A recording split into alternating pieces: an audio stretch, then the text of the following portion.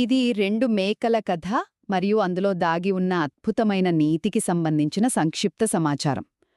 పచ్చటి గడ్డి కోసం ఒక సన్నని కాలువను దాటే క్రమంలో 2 మేకలు ఎదురుపడినప్పుడు తలెత్తిన సమస్యను, ప్రాణాపాయ స్థితి నుంచి అవి తమను తాము ఎలా కాపాడుకున్నాయో ఈ కథ మనకు భలే ఆసక్తికరంగా వివరిస్తుంది.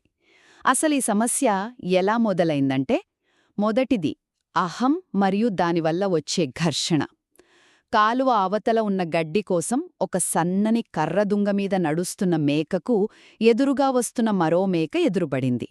అప్పుడా 2 మేకలు నేనే ముందుగా వచ్చాను అని ఎవరికి వారే పంతానికి పోయి గొడవపడటం మొదలుపెట్టాయి. ఇక్కడ మీరొక్కసారి ఆలోచించండి. ఒక ఇరుకైన దారిలో ఎవరి అహం వారిదా అయితే, ఎవరూ వెనక్కి తగ్గకపోతే చివరికి ఇద్దరికీ నష్టమే కదా. ఇలా అహంతో గొడవ పడుతున్నప్పుడు సడన్గా మొదటి మేకకు ఒక భయంకరమైన వాస్తవం అర్థమైంది.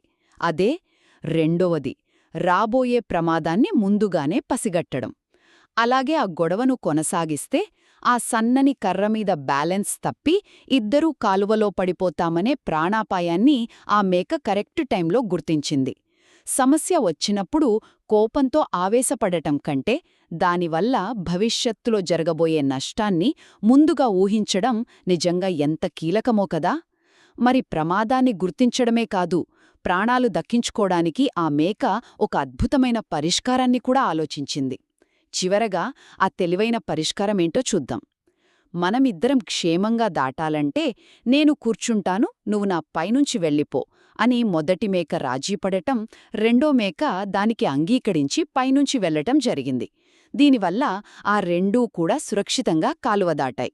ఇది అచ్చం మన రియల్ లైఫ్లో ఒక ఇరుకైన రోడ్లో ఇద్దరు డ్రైవర్లు గొడవ పడకుండా ఒకరు కొంచెం పక్కకు తప్పుకుంటే ఇద్దరికీ ఆ ట్రాఫిక్ కష్టాలు తప్పి సాఫీగా వెళ్ళిపోవటం లాంటిదే. అనవసరమైన గొడవలకి పోయి నష్టపోవటం కంటే సహనం, తెలివితేటలతో వ్యవహరిస్తే ఎలాంటి క్లిష్ట సమస్యనైనా సురక్షితంగా దాటేయొచ్చు.